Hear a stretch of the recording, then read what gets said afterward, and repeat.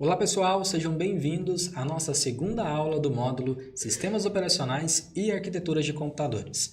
Para a aula de hoje, a gente separou um conteúdo bem legal que é falando a respeito das estruturas, das arquiteturas de computadores. Vamos para a aula? Para começar então, já separei um texto bem legal também para vocês aqui, falando a respeito da arquitetura de computadores, como que surgiu esse conceito, para que serve, como funciona, de fato, um conteúdo bem legal que vai ajudar a gente, tá?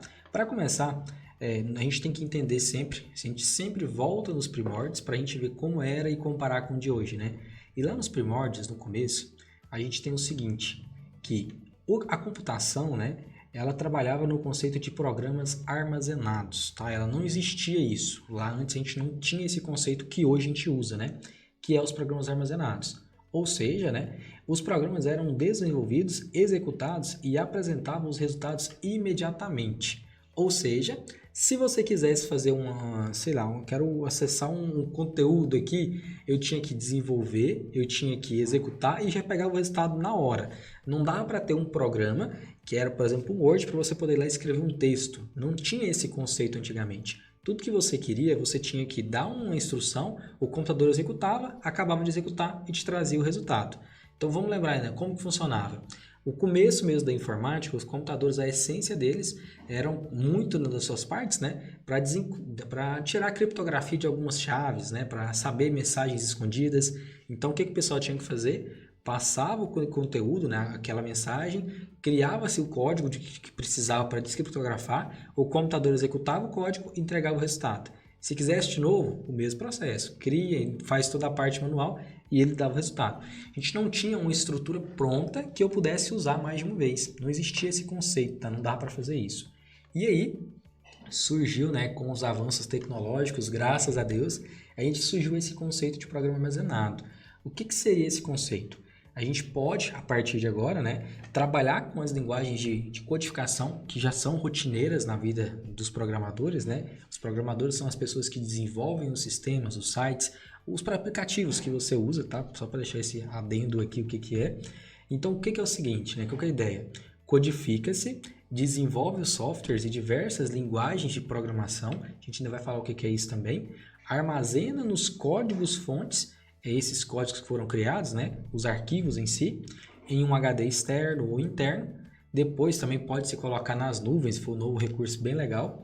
E assim, aquele código está pronto, E sempre que você precisar de executar esse software ou fazer alguma coisa, ele já vai estar pronto para você poder usar. Ele vai passar pela memória principal, depois vai chegar na cache, então vai ser executado pela CPU, que é a unidade de processamento e controle, tá? Então a ideia é bem simples. Antigamente, se eu precisava de fazer alguma coisa, eu tinha que fazer manual, sempre. Se eu tivesse que executar uma coisa 10 vezes, eu tinha que executar 10 vezes ela, criar 10 vezes ela. Hoje não. Hoje a gente consegue criar um programa e sempre que eu preciso de usar, eu apenas vou lá e busco aquele programa que já existe. Beleza, um conceito bem legal, bem simples na verdade, Tá, mas como que surgiu isso? Da onde que veio esse surgimento, esse conceito de poder pegar um programa que já existe e usar ele, Armazenar as informações do programa, digamos assim. Esse conceito de programa armazenado, ele surgiu durante o projeto do EDVAC, tá? E desse John von Neumann, que é o que a gente já viu nas últimas aulas, a gente falou muito sobre esse John von Neumann, que ele acabou recebendo a maior parte dos créditos. Mas, assim como a maioria das descobertas, das tecnologias que foram inventadas, às vezes tem muitas pessoas por trás envolvidas, mas uma ou pouquíssimas pessoas levam os créditos, E nesse caso, o John aqui, ele foi o responsável, ele pegou todos os créditos, porque ele criou, durante esse processo, ele fez um relatório que falava sobre esse EDVA, que tinha 101 páginas. E esse relatório que ele criou, que deu a fama de fato para ele. A estrutura não era só ele, foram muitas pessoas que participaram do projeto dessa estrutura, mas como ele fez o relatório, ele ficou com todos os créditos e o pessoal ficou a Deus lará e poucas pessoas falam deles, mas a gente vai pelo menos citar eles aqui. Mas querendo ou não, a estrutura é a estrutura de John von Neumann e a gente vai chamar ele só de Neumann a partir de agora, tá? Pronto, vai ser mais ou menos isso. E o que é essa estrutura, que é a estrutura de John von Neumann, que foi roubada ali, participou com outras pessoas, mas que ele acabou levando os créditos sozinho. O que ela falava? Como que ela funciona então, Basicamente são divididas ali em 5 partes. onde a gente tem a central aritmética, temos também a central de controle, temos a memória, a gravação, as entradas e as saídas. Basicamente funciona assim, tá? Então vamos lá, o que seria um conceito bem por alto, né? Você dá uma entrada em um dado, vamos supor que você está escrevendo um texto. Então você dá uma entrada, tá? Nesse dado. A unidade de controle vai ver o que foi essa entrada. Falou, opa, beleza, chegou um dado aqui, o Igor quer abrir um programa, então. A unidade de controle vai mandar para a unidade de memória, que ela precisa abrir um programa, vai se abrir esse programa. A unidade de aritmética vai começar a fazer os cálculos para abrir esse programa, executar todas as partes computacionais por trás. Caso eu precise de gravar alguma coisa, a unidade de gravação vai executar essa gravação. E quando tiver tudo pronto, eu tiver que mostrar o resultado, as saídas do computador vão mostrar o resultado. E isso fica sempre trabalhando, né, de acordo com o que precisa, a estrutura é chamada, e assim você consegue ter um computador que tem armazenamento de dados, processamento, consegue fazer tudo que a gente tem hoje. Basicamente é isso. Então vamos lá, vamos entender um pouco mais a fundo isso, né? A primeira parte, então, seria a CA, que a gente chama, né, que seria essa unidade de controle, central de controle, a central aritmética, perdão, falei errado, central de aritmética, né?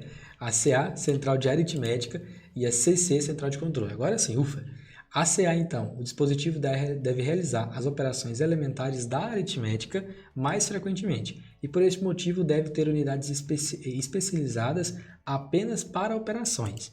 Lembra sempre que o seguinte, vou repetir isso várias vezes, o computador ele trabalha apenas com números, com cálculos. Independente do que você está fazendo, você pode estar vendo um vídeo, jogando, mas para o computador aquilo se resume a um cálculo. Então, essa unidade de aritmética, que é a CA, foca aqui que eu falei errado aquela hora, mas a CA, ela é responsável por isso, por esses cálculos, tá? E a unidade de controle, que é a CC, ela é responsável por controlar como vai ser isso.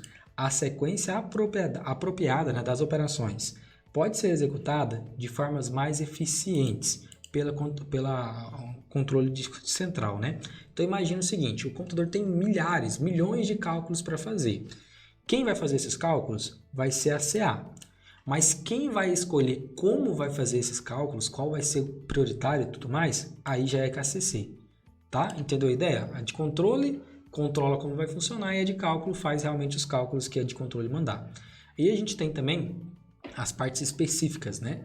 A primeira parte são as memórias e os records, ou seja, aqui a gente tem a memória mesmo assim, né? E armazenamento.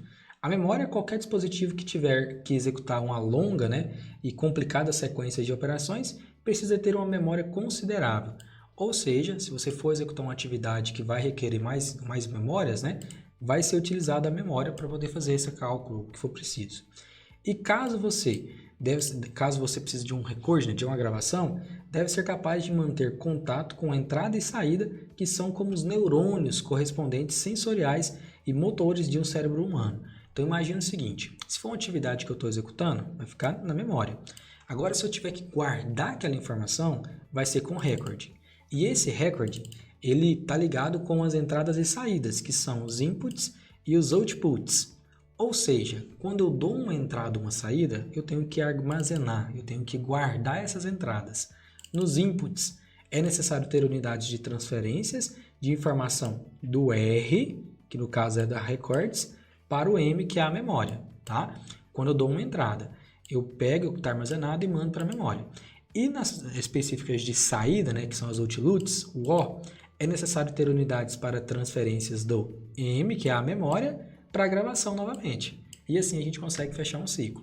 A estrutura que a gente chama de John von Neumann, que foi utilizada ali, né, criadas por outras pessoas, elas basicamente trabalham dessa forma, sem muitas complicações. Entrada, processamento e saída, basicamente, né, onde o processamento se dá pela unidade de aritmética e unidade de controle, e a gente tem as memórias também para auxiliar sempre que for preciso. Essa é a estrutura que a gente vai estudar bastante ainda nas próximas aulas, tá? Bom, por alto, mais ou menos era isso que eu queria passar para vocês. Deixei separado aqui também um link com esse arquivo que é bem legal, que fala a respeito da estrutura de von Neumann, conta um pouquinho sobre ela, tem até uma imagem ilustrativa aqui de como funciona, né? É uma dica, é uma leitura bem rápida, então não vai dar trabalho para vocês. Eu sugiro que vocês façam a leitura desse conteúdo, entenda como funciona e a gente, claro, volta depois com mais conteúdos como esses para vocês, tá? A aula de hoje, então, era essa, pessoal. Espero que vocês tenham gostado da aula. A gente vai entrar agora nas próximas aulas em vários conteúdos, mais de sistemas operacionais de fato. Estruturas a gente está bem dizer finalizando aqui, para a gente entender como funciona a estrutura, né? A gente já tem noções básicas, é o que a gente busca, e nas próximas aulas a gente vai ver mais conteúdos ainda, tá bom? Espero então e conto com a participação de cada um de vocês. Não se esqueçam de já deixar o comentário, uma curtida aqui nesse vídeo, que é muito importante para o nosso trabalho também, tá bom? Até a próxima aula, fiquem com Deus, tchau, tchau!